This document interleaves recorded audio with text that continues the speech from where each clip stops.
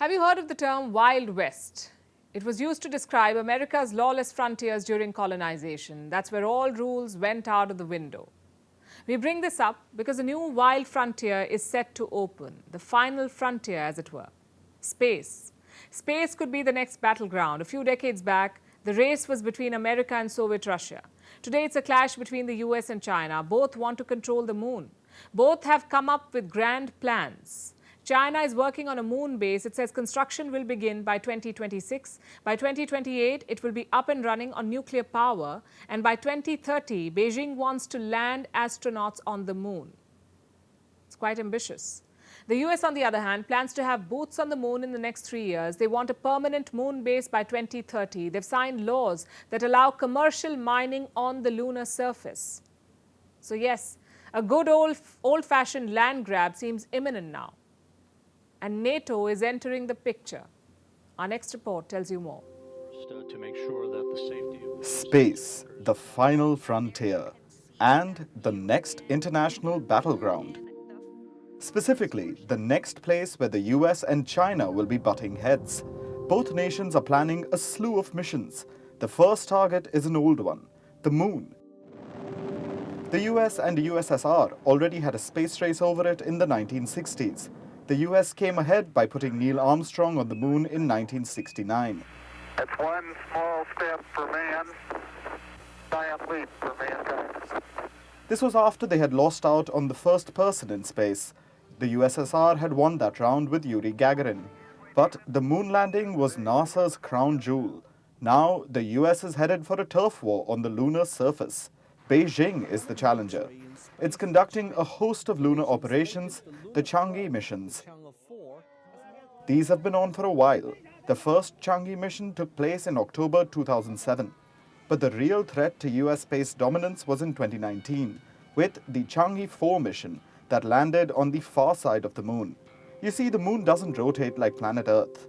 It's what's known as tidally locked. One half always faces the Earth, the other half faces away. That second half is the far side, and no one had landed anything there until the Chinese mission. Since then, China has come up with some ambitious proposals.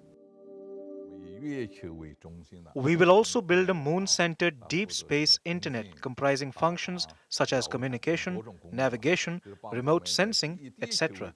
By doing so, we will be able to turn our Earth-centered space infrastructure into a moon-centered system that can be extended to a broader scope in the solar system. With the internet, the moon will have access to TV programs, games, and the Wi-Fi network, and astronauts will never get bored on the moon. Wi-Fi on the moon. And how will it be powered? Nuclear power, apparently. China wants to build a moon base, which they're calling the International Lunar Research Station. Construction is set to begin in 2026. The first stage is scheduled to finish in 2028. That's when it'll start operating on nuclear power. Then come the astronauts. By 2030, the Chinese people will definitely be able to set foot on the moon. That's not a problem. China says the base will keep getting expanded till 2050, and it'll eventually serve as a launch pad for getting astronauts on Mars. It sounds quite utopian. Of course, they won't get to do all this without running into interference, American interference. NASA's Artemis program plans to get Americans back on the moon. The Artemis 3 mission wants to put astronauts on the lunar surface by December 2025. Where exactly? The same location that China wants to build its base in. It's at the moon's south pole. You can see how this sets the countries up for a clash. The US and China may not be able to work together for the betterment of mankind, even if they want to. Why? Because in 2011, the US passed something called the Wolf Amendment. It explicitly prohibits NASA from collaborating with China directly. Add to that various commercial space laws brought about by multiple nations. You can see that the world is poised to fight over resources in space. Already, the divide is evident. Last month, NATO declared space an operational domain. This means it'll be treated like air, land, sea, and cyberspace. It'll be another area for NATO to militarize. Besides NATO partners, the US is collaborating with allies like Japan and South Korea too. With CASA on the way, which is South Korea's space agency, cooperation between CASA and NASA down the road will be the driving force behind forging a strong space alliance. The US isn't alone, of course. China is working with Russia, the UAE, and Pakistan.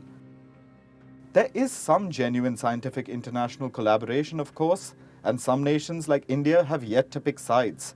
But broadly, the battle lines seem to have been drawn. In the coming years, the scramble for the Moon and Mars seems unavoidable.